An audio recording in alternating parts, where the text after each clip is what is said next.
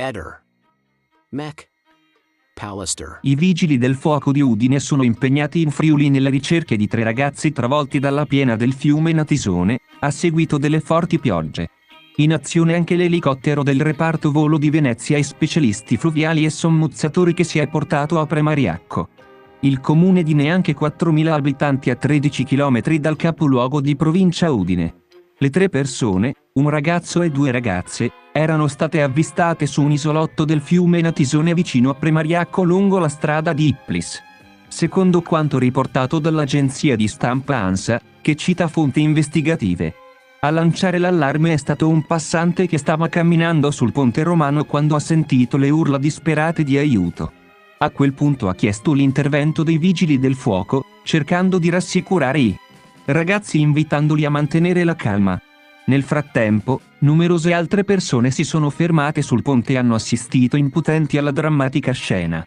Il Natisone è un fiume di 55 km che nasce in Italia e che attraversa anche la Slovenia, tornando poi in Friuli attraverso le valli del Natisone, la cosiddetta Slavia friulana, dove la lingua più parlata è quella della minoranza slovena. Il livello dell'acqua del Natisone è salito in pochi minuti nel primo pomeriggio, sorprendendo i giovani che non sospettavano il pericolo. Mentre l'acqua arrivava loro progressivamente alle caviglie e poi alle ginocchia, continuando a salire, si sono abbracciati tentando di costituire una difesa più forte alla violenza delle acque. L'onda di piena li ha però travolti e l'abbraccio non ha tenuto. I 3 sono stati sbalzati in varie direzioni, proprio mentre i vigili del fuoco, dall'alto di un ponte, ad alcune decine di metri di altezza, avevano posto un autogru. Da questa era stata allungata una scala sopra il fiume Natisone, alcuni vigili avevano lanciato funi che i ragazzi hanno provato ad afferrare. La corrente ha trascinato i 3 e nessuno di loro è riuscito ad aggrapparsi alla corda.